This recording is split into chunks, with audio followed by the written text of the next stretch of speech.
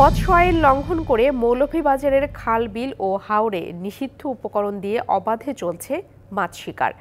এতে মাছ, পোনা সহ অন্যান্য জলজ প্রাণী ও উদ্ভিদ অকালে মরছে।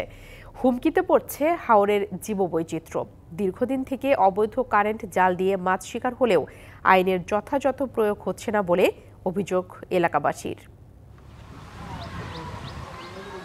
মাছের অফুরন্ত ভাণ্ডার খ্যাত মৌলভীবাজারের হাইল, কাওয়াদিঘি, হাকালুকি হাওর সহ বিল জলাশয় দেশীয় প্রজাতির মাছ, বিশেষ করে কই, পুঁটি, ট্যাংরা, মাগুর, শিং, টাকি, চিংড়ি ব্যাপকভাবে বংশবিস্তার করে এসব জলাশয়ে। কিন্তু প্রকাশ্যে নিষিদ্ধ কারেন্ট জাল, ভেড়জাল, প্লাস্টিকের ফাঁদ ব্যবহারে নির্বিচারে ধ্বংস হচ্ছে দেশীয় মাছ, বিলুপ্ত হচ্ছে জলজ প্রাণী, উদ্ভিদ, হাওরের পরিবেশ। কারেন্ট জাল এবং মশারি জালের অবাধ ব্যবহারের কারণে এই মাছগুলা রক্ষা করা যান না। কারেন্ট জালগুলা যেগুলো ফাটাইরা এগুলোর কারণে আমরা ধরনের মাছ পাই না, বা ছোট মাছগুলো তারা মারিলায়। বিধিনিষেধ বিষয় অজানা বলে জানান মৎস্যজীবীরা। আর এলাকাবাসীর অভিযোগ, সংশ্লিষ্ট কর্তৃপক্ষ নির্বিকার। নিষেধ তো আমরা জানি না, জানি না তো আমরা বই আমরা কি করবো? আমরা মরতাম নি, আমরা তো খাওয়া লাগবো না, আমরা তো বাঁচা লাগবো না। বেশি লাভের আশায় নিষিদ্ধ জালের ব্যবহারে জলজ প্রাণী ও উদ্ভিদ মারা যাওয়ায় জীববৈচিত্র্য হুমকির মুখে।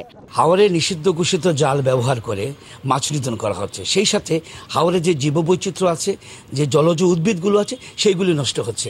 আমরা মনে করি অতি সত্বর এগুলো যারা করছে তাদেরকে আইনের আওতায় নিয়ে আসা হোক। সব অভিযোগ অস্বীকার করে অভিযান চলছে বলে জানান মৎস্য কর্মকর্তা। মাছের উৎপাদন বৃদ্ধি ও মৎস্যজীবীদের জন্য সমন্বিত পরিকল্পনা নেয়ার কথাও জানান তিনি।